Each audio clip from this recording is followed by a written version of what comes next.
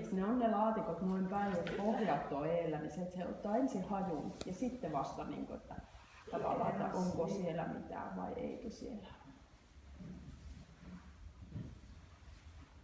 Hyvää taitavaa. Taitavaa. Näkyy kupit.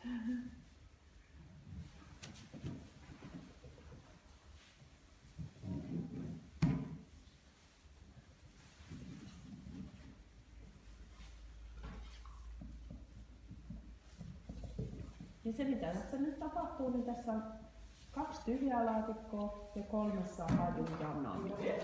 Niin se, että tavallaan kun niitä tyhjiä laatikoita lisätään, niin vähitellen niin koira ei turhautua. Edelleenkin laatikot on kivoja, mutta että pikkuhiljaa niin sitten kuitenkin vahvistuu taas se erottelu, että tyhjässä laatikossa ei ole yhtään mitään ja se missä on haju, niin sieltä saadaan hyvää. Se riittää. Se taisi käydä kaikki. Se on se tyhjä.